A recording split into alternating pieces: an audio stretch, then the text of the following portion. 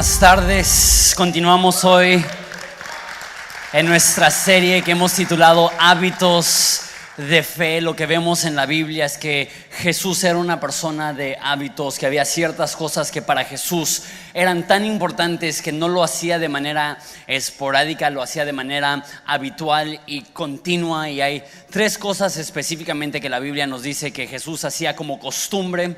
Uno lo vimos la semana pasada, y eso es que Jesús iba a la iglesia, iba a la sinagoga cada semana desde niño.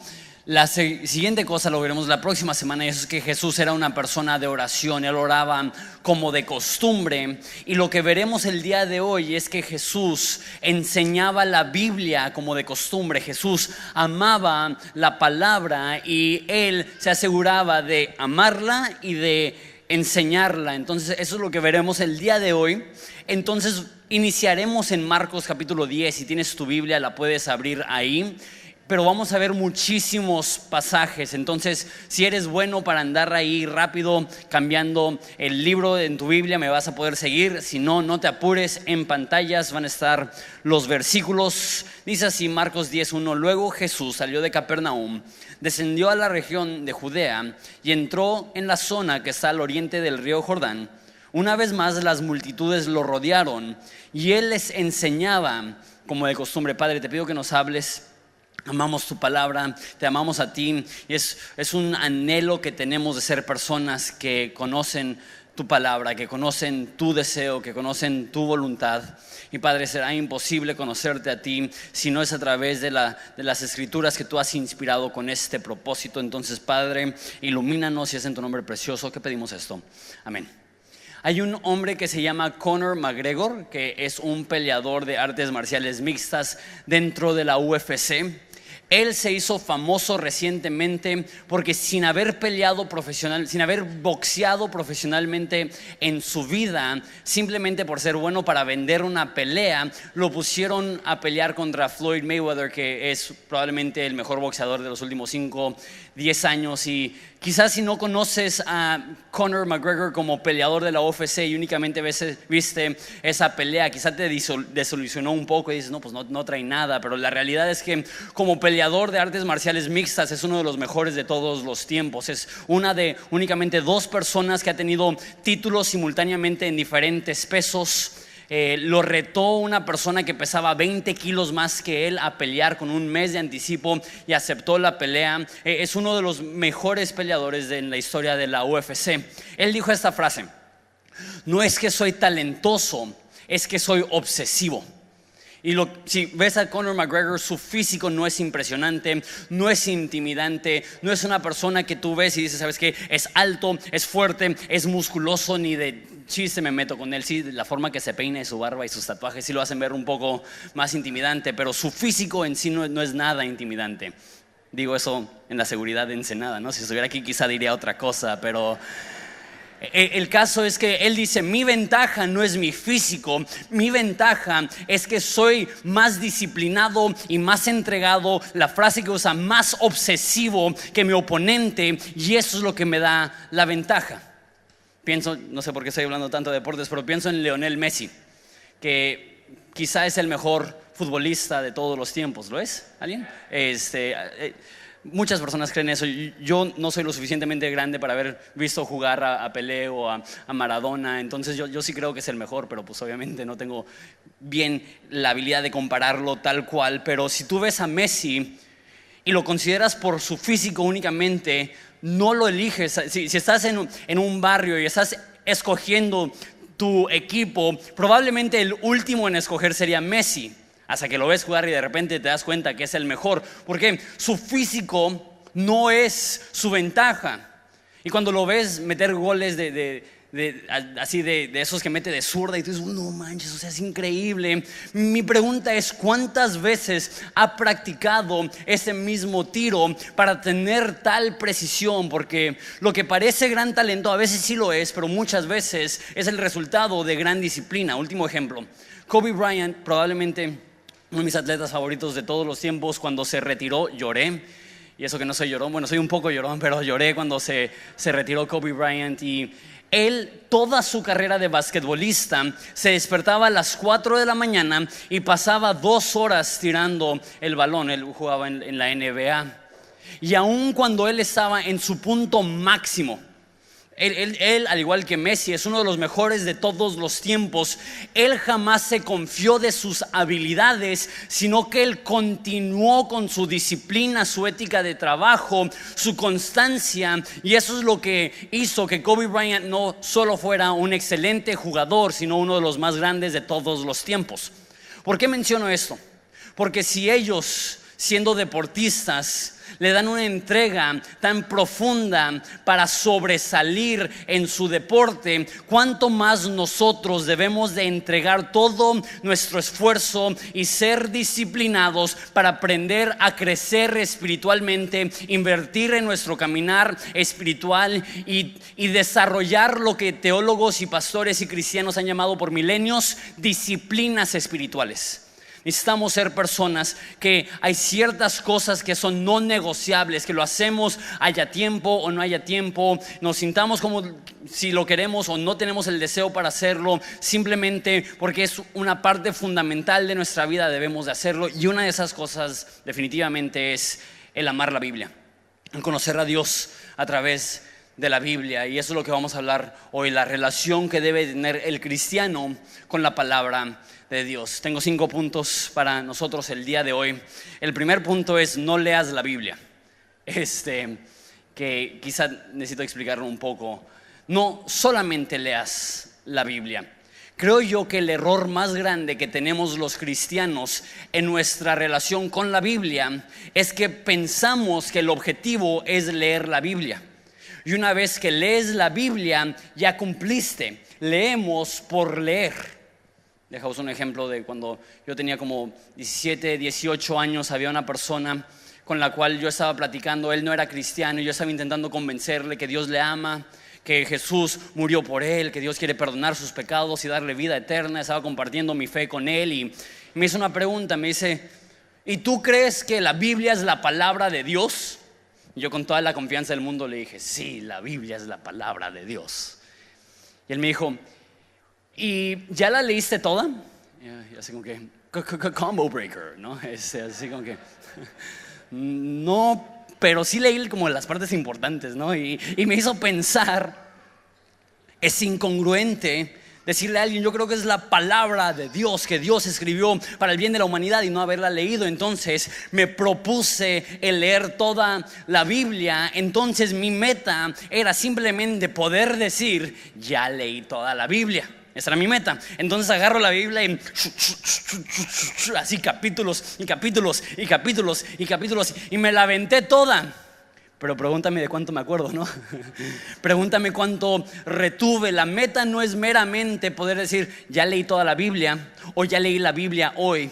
La meta no es conocer la Biblia, la meta es conocer al autor de la Biblia, enamorarnos de Jesús, conocer mejor a Jesús. No leemos únicamente por leer, leemos porque queremos crecer. La Biblia dice que Dios nos ha dado su palabra. Esos Salmos 119, 105, que su palabra es lámpara que guía mis pies, es una luz para mi camino. La Biblia no la leemos meramente para informarnos, la Biblia la leemos para tener instrucciones que guíen nuestra vida. No es como un rito religioso. Muchas personas lo ven como: ya cumplí, ¿no? Si quiero ser un buen cristiano, necesito leer. Ok, ya leí un poco, ya oré un poco y ya lo hice. No. Es mejor leer que no leer. Si tú estás haciendo lo mismo que yo, estás leyendo un chorro con la meta de leer toda la Biblia en un año, ¿sabes qué? Es mejor leer súper rápido y retener 0 a no leer nada y retener 0. Mínimo leíste un poco y quizás sí, aunque no te acuerdes de todo lo que leíste, te vas a poder acordar de poquito. Pero es mucho, mucho mejor tener la idea: voy a leer con entendimiento, porque mi meta es conocer el corazón de mi Padre. Mi meta es conocer el corazón de Dios. No leemos solo por leer, leemos para conocer al autor de la Biblia. Jesús dijo: ustedes creen que en la Biblia tienen vida e ignoran que la Biblia habla de mí. Es posible leer la Biblia, pero si no conoces a Jesús a través de la Biblia, te estás perdiendo del propósito de la Biblia. Es punto número 1. No solamente leer la Biblia, sino ser instruidos por la Biblia, conocer a Jesús, enamorarnos de Jesús. Punto número 2.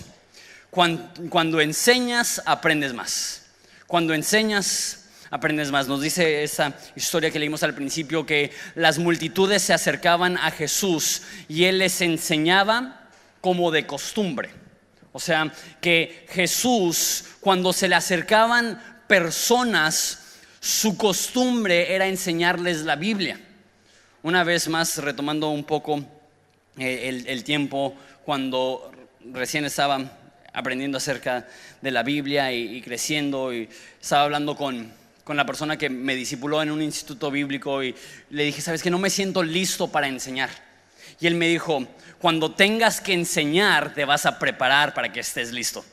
Y a veces, no sé, tenemos esta noción de que no, pues yo no soy pastor, no, pues yo no soy maestro, yo no fui a un seminario, yo no fui a un instituto bíblico, yo no puedo enseñar la Biblia. Pero mira lo que dice Colosenses 1:16, que el mensaje de Cristo con toda su riqueza llene sus vidas. ¿Cuál es la meta? Que leamos la palabra de Dios y nos llenemos de toda la riqueza de la palabra de Dios. ¿Por qué?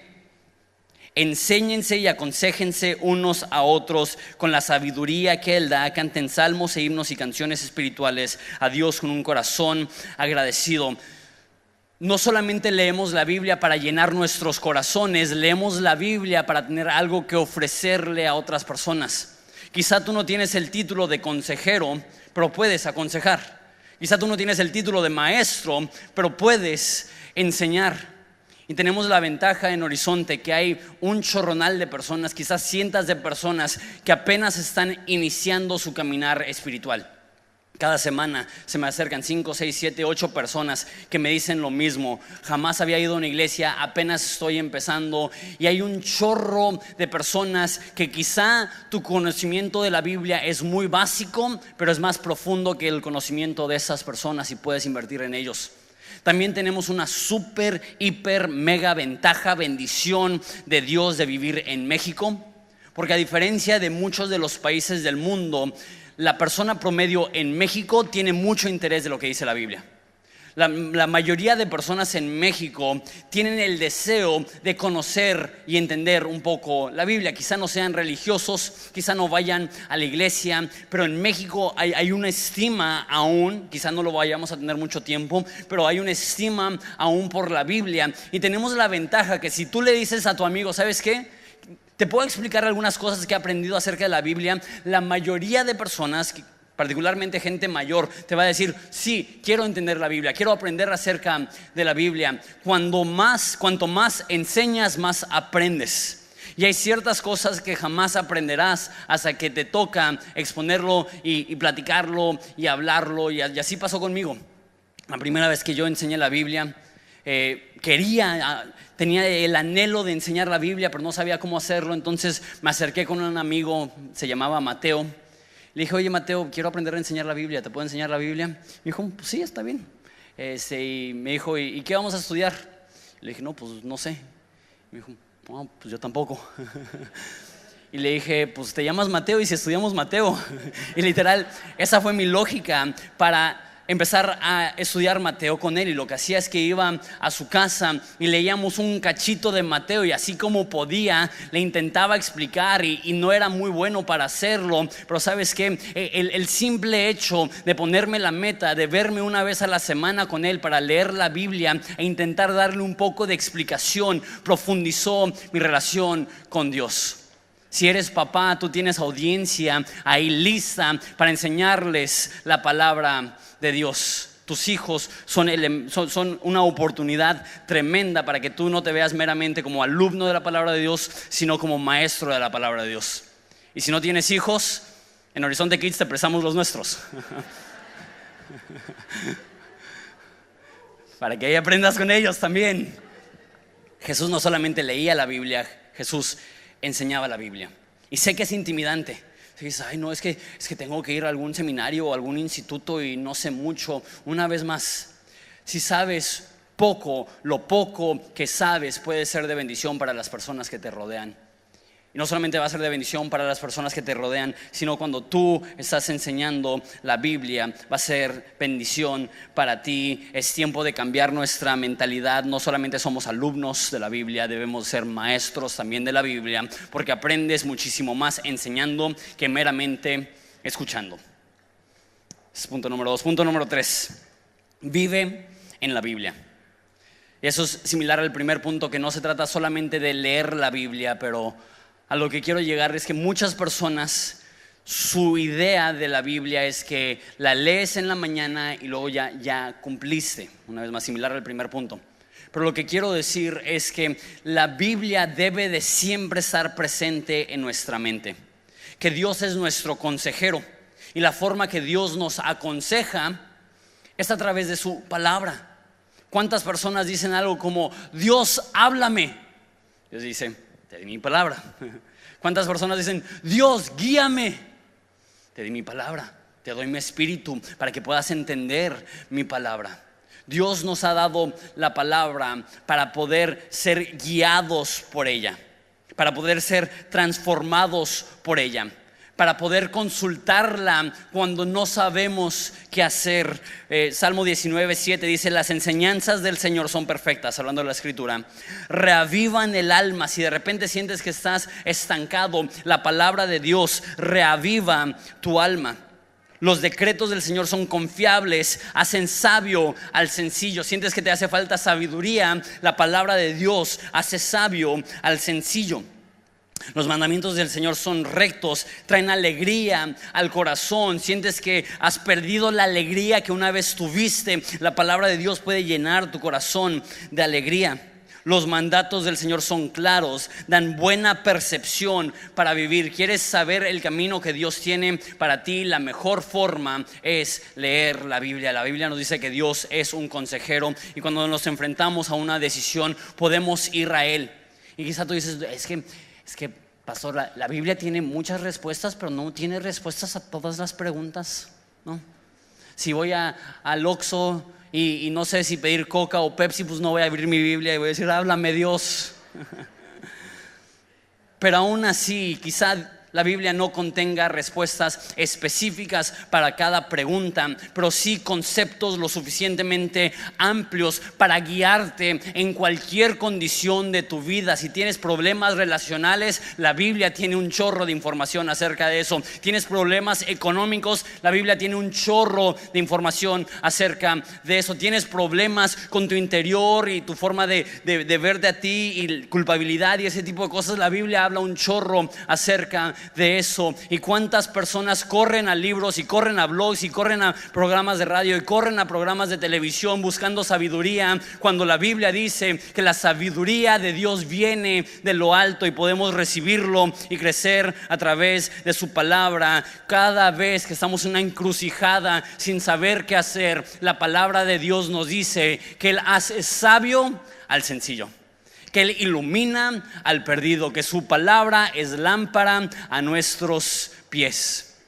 Es lo que debemos de consultar en primera intención, no después de que ya hemos agotado todas las demás cosas. Después decimos: no, pues hay que ver qué dice la palabra de Dios. No, eso es lo que debe de estarnos alimentando en cada momento, ser parte de nuestra mente en todo momento. Salmo 119, versículo 11 dice así: he guardado tu palabra en mi corazón para no pecar contra ti. ¿Qué es lo que hizo David? El autor de Salmos no solamente quería leer la Biblia, quería guardarla en su corazón, poseerla en su corazón, tenerla en su mente. ¿Por qué? Porque así no iba a pecar en contra de Dios. Cuando se enfrenta la tentación, tiene la fortaleza de haber colocado la palabra de Dios en su corazón. Dice en versículo 12: te alabo, Señor, enséñame tus decretos. Recité en voz alta todas tus ordenanzas que nos has dado. Me alegré en tus leyes tanto como en las riquezas. Qué loco, David es un rey rico y él dice: prefiero tu palabra que todo el oro del mundo. Da mucho valor a la palabra de Dios. Dice: estudiaré tus mandamientos y reflexionaré sobre tus caminos. Me deleitaré en tus decretos y no olvidaré tu palabra. Dice varias cosas: que lo guarda en su corazón, que los recita en voz alta, que estudia sus mandamientos, que reflexiona sobre sus caminos y que se deleita sobre sus preceptos.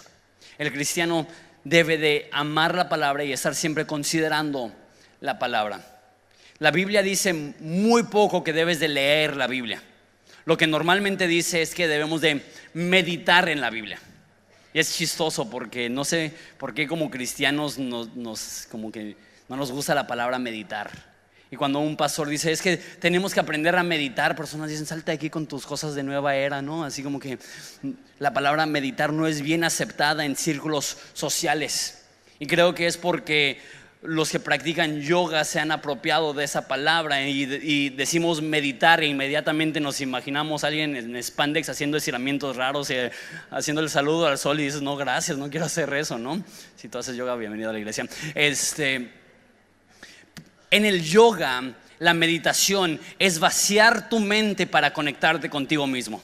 Eso no es lo que estamos hablando. En el yoga la meditación es vaciarte para llenar, para pensar en ti, para conectar contigo. En la Biblia es lo opuesto. No es vaciar tu mente, es llenar tu mente de la palabra de Dios. Y no es para conectarte contigo mismo, es para conectarte con Dios. El yoga dice vacíate y conéctate contigo mismo. La palabra de Dios dice llena tu mente de mi palabra, llena mi mente de mis deseos. Y cuando haces esto, cuando guardas la palabra de Dios en tu corazón, el resultado va a ser que te vas a acercar a Dios.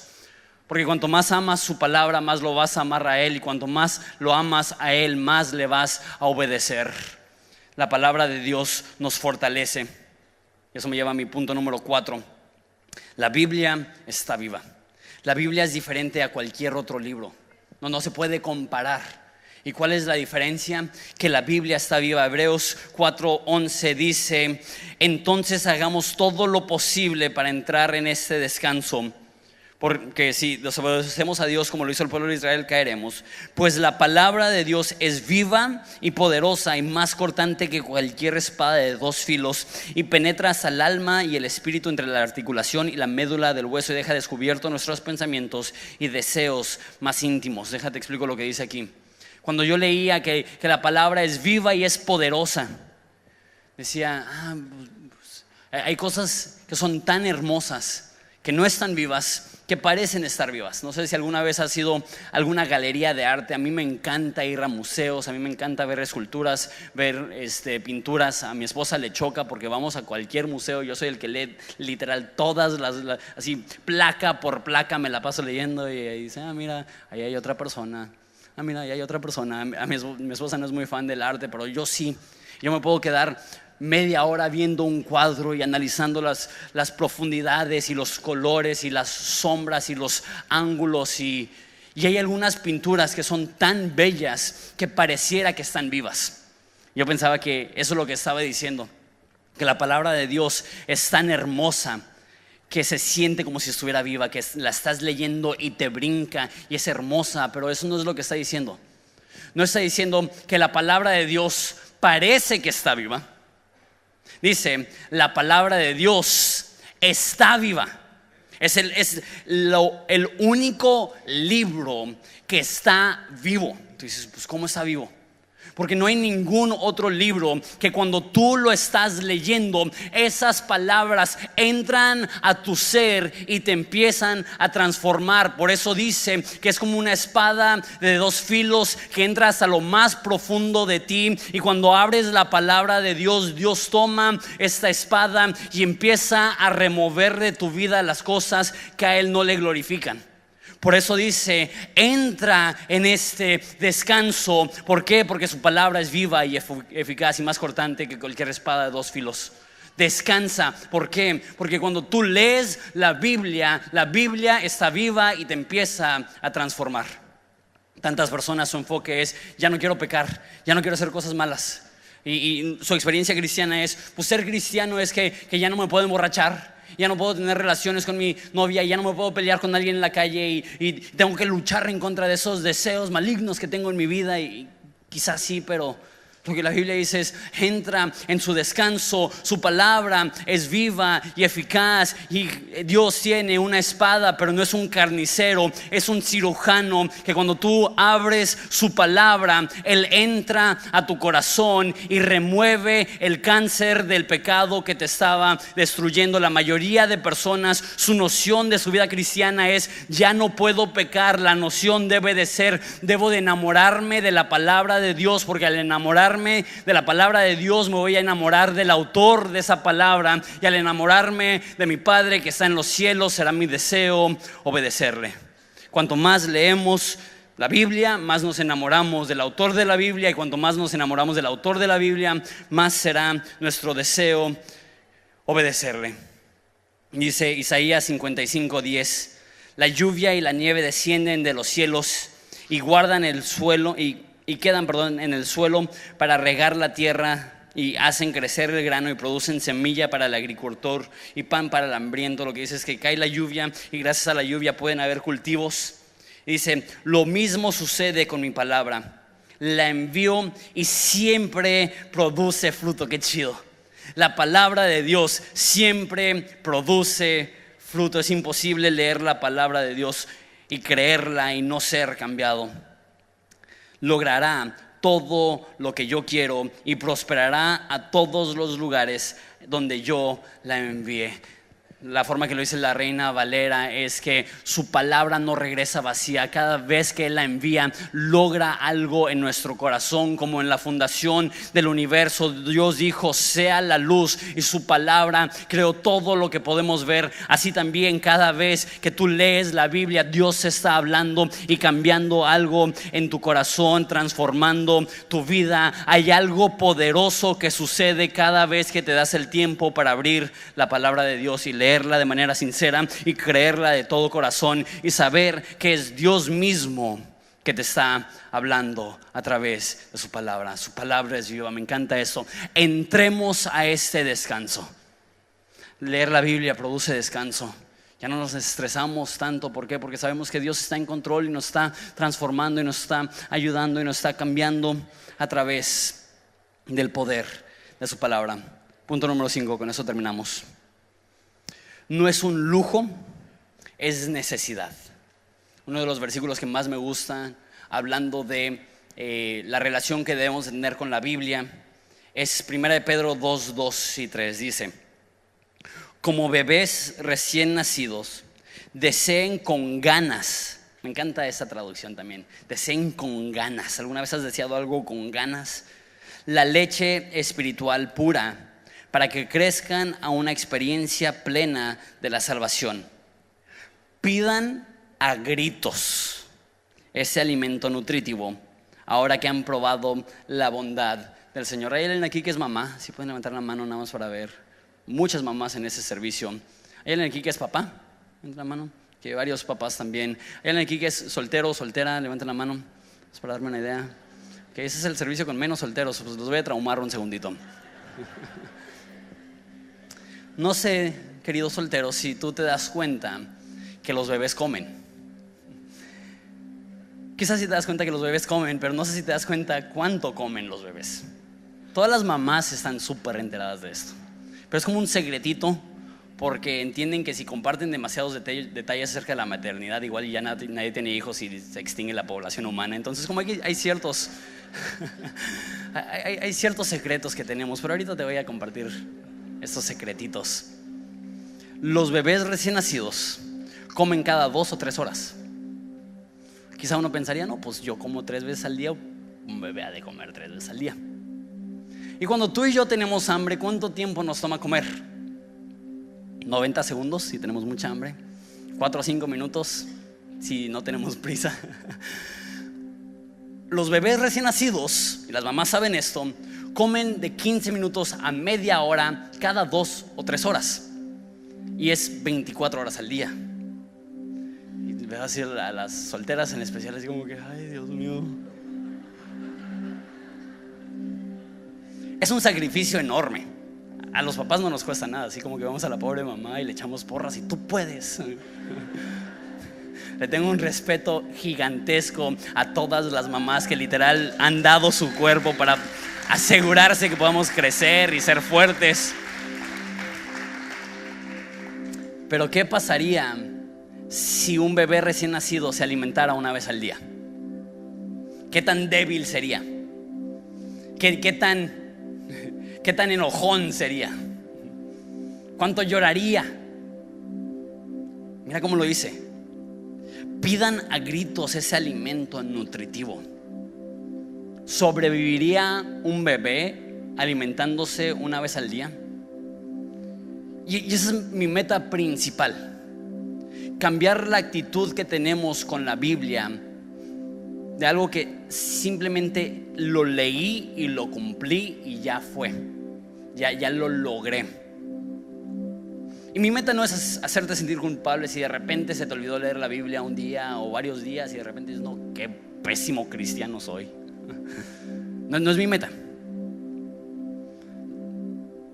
Mi meta es: Dios quiere que seas fuerte. Dios no quiere que andes caminando débil. Y si un bebé recién nacido necesita estar constantemente alimentándose, cuánto más nuestra alma necesita estar constantemente alimentándose de la palabra de Dios, guardarlo en nuestro corazón todo el día, llevarlo en nuestra mente, como dice David, llevarlo en nuestras bocas, que sea parte de nuestras conversaciones cotidianas, que amemos la palabra de Dios. Y quizá un día no leíste la Biblia, pero si todo ese día estuviese considerando su palabra, meditando en su palabra, eso es lo más importante. Que como un niño recién nacido no pasen horas sin que tú te detengas a decir: Dios, gracias por guiarme a través de tu palabra. Deseen con ganas. Una vez más, los que han tenido niños, ustedes saben que no los tienen que despertar para comer. Ellos te despiertan a ti para comer. Cuando estaba embarazada mi esposa, fui a un viaje y no me acuerdo bien los detalles, pero me acuerdo que me quedé con una familia que tenía un bebé recién nacido. Y yo dije: no, pues va a ser un buen entrenamiento, ¿no? Y dicho y hecho, a las 2 de la mañana escucho unos gritos del bebé y dije: ¿qué le están haciendo al pobre chamaco? Y nada más tenía hambre. Y me pregunto cuántos de nosotros vemos nuestra circunstancia con frustración, con desesperación, con enojo, y pensamos: es que estoy así, estoy desesperado porque mi situación es mala, porque mi problema es profundo, porque mi necesidad me tiene tumbado. Pero me pregunto, si nuestra actitud es así, no por nuestra circunstancia, sino por nuestra falta de sustento en la palabra, porque si estuviéramos en la palabra, podríamos enfrentarnos a los problemas con fe, sabiendo que nuestro Dios es más grande que nuestros problemas, sabiendo que nuestro Dios es más grande que nuestra necesidad, sabiendo que nuestro Dios es más grande que los obstáculos que se nos enfrentan. Muchas veces le echamos la culpa a la circunstancia por nuestra actitud, pero ¿qué sería la falta? ¿Qué sí sería la falta de sustento? Una vez más, mi meta no es hacerte sentir mal, mi meta es hacerte pensar: Dios quiere que vivas fuerte, Dios quiere que vivas lleno, Dios quiere que vivas pleno, y jamás tendrás la fortaleza de espíritu necesaria para enfrentarte a los problemas de la vida si no desarrollas un amor por la palabra de Dios, que como un niño recién nacido anheles la leche no adulterada de la palabra de Dios. Hay un ejemplo de esto en la vida de David. David dice en Salmo 119, 147: me levanto temprano antes de que salga el sol, clamo en busca de ayuda y pongo mi esperanza en tus palabras. Como un bebé recién nacido se levanta antes de que salga el sol y dice: clamo. ¿Cómo dice? Clamo en busca de ayuda. No sé si alguna vez te has sentido así, que te despiertas y es tanta la presión del día que se aproxima, es tanta la necesidad que tienes, las decisiones que estás tomando son tan críticas que te despiertas y ya no te puedes dormir y clamas, dices: Dios, ayúdame. ¿Y qué es lo que dice David? Mi esperanza es su palabra. Lo que me da fortaleza para tener la confianza de saber que estoy tomando las decisiones correctas, no es que confío en mi sabiduría, mi esperanza es su palabra. Lo que me da la confianza para caminar con seguridad no es que estoy confiado en mis propias decisiones, es que sé que he nutrido mi espíritu de la palabra de Dios y entiendo que su palabra es lámpara a mis pies, es luz a mi camino. Jamás serás un cristiano firme, lleno de fortaleza, si no aprendes a amar la palabra de Dios. Como un niño recién nacido, desearla, pedirla a gritos, saber que sin ella nada somos. Y creo que esa es una de las formas más evidentes de saber que realmente has nacido de nuevo. Que dices, para mí la palabra de Dios no es un lujo cuando me alcanza el tiempo. Para mí la palabra de Dios es mi sustento diario, es mi pan de cada día. Sin su palabra, sin su espíritu que me la revela, sin su guianza, sin su amor, sin su voluntad en mi vida, estoy perdido. ¿Qué pasaría si le diéramos a la palabra de Dios esta actitud? Que no solamente es la palabra de Dios escrito para la humanidad, sino que es la voluntad de Dios escrita para ti. Es lo que te permite ver, es lo que te abre los ojos, es lo que te da sabiduría, es lo que te da dirección y te da un norte. Y eso es lo que Dios quiere para nosotros. Dios quiere que tú seas fuerte. Dios quiere que tú tengas vigor y fortaleza. Dios quiere que tú te puedas enfrentar a los problemas de la vida con la frente en alto, sabiendo que tú cuentas con el respaldo de Dios mismo. Pero jamás saborearás eso hasta que aprendes a saborear la palabra de Dios. Porque es lo que les dije hace un segundo, es este ciclo, es este hábito. Amamos la Biblia, que produce amor por el Padre, y cuando tenemos amor por el Padre vamos a querer obedecerle. Cuando queremos obedecerle queremos leer más la Biblia para serle obedientes, y cuando más leemos la Biblia más le amamos, y empieza este ciclo. Un hábito que produce más hábitos, una disciplina espiritual que nos da fortaleza en todas las áreas de nuestra vida. David dice, su palabra es como miel a mi boca. Que es lo único en lo que él podía pensar. ¿Sabes lo que es loco? ¿Sabes cuánto de la Biblia tenía David? Únicamente los primeros 5 libros de la Biblia. No sé si sabes mucho acerca de los primeros 5 libros de la Biblia, pero únicamente 2 tienen historias y son como entretenidas para leer. Los otros 3, uno es un censo, es un libro de nombres, y los otros 2 es un libro de leyes. No sé cuántas personas aquí son abogados, pero sé que la mayoría de personas están como que, ay, quiero leer una constitución. Pero David no se podía dormir por la emoción de considerar sus leyes. Cuanto más tú y yo, que tenemos el consejo completo de la palabra de Dios, debemos de tomar la Biblia y decir, esto es increíble, esto es dulce, esto llena mi ser, esto me hace sentir pleno, esto me da fortaleza.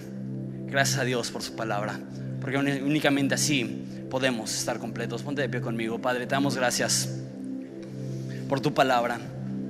Ayúdanos a meditar en ella, a tenerla en nuestro corazón, a tenerla en nuestra boca, como Jesús, que no podía parar de hablar y enseñar a las personas. Ayúdanos a hacer lo mismo. Padre, te queremos conocer. Te damos gracias por tu espíritu, te damos gracias por la iglesia, te damos gracias por todos los conductos por los cuales te manifiestas. Pero te estamos pidiendo específicamente el día de hoy que nos des un amor por tu palabra. Te pido por la persona que se siente condenada porque quizá ha pasado un lapso de indisciplina, que no han leído la palabra, Padre, que ellos vean que no se trata simplemente de cumplir. Ok, tengo que leer solamente para leer porque me siento mal por no haber leído. No. Ayúdanos a ser personas de tu palabra, que todo el día lo estamos pensando. Ayúdanos a vivir en tu palabra. Que no sea un vagón de estacionamiento donde llegamos temporalmente, sino que sea un hogar en el cual vivimos. Que seamos consumidos por tu palabra, que esté depositada en nuestro corazón, en nuestra mente. que esté en nuestros oídos, que esté en nuestra boca, que esté en nuestras manos al querer aplicarla y vivirla. Ayúdanos a no ser como los fariseos que leían la Biblia para informarse. Ayúdanos a leer la Biblia para inspirarnos a vivir diferente a través de tu poder. Te doy gracias por darme el privilegio de ser un maestro de tu palabra, pero ayúdame a más que ser un maestro, a ser un amante de tu palabra. Y así también para todos los que estamos aquí. Te amamos, danos hambre como un niño recién nacido por la leche no adulterada de tu palabra. En nombre de Jesús. Amén. Vamos a adorar a Dios juntos.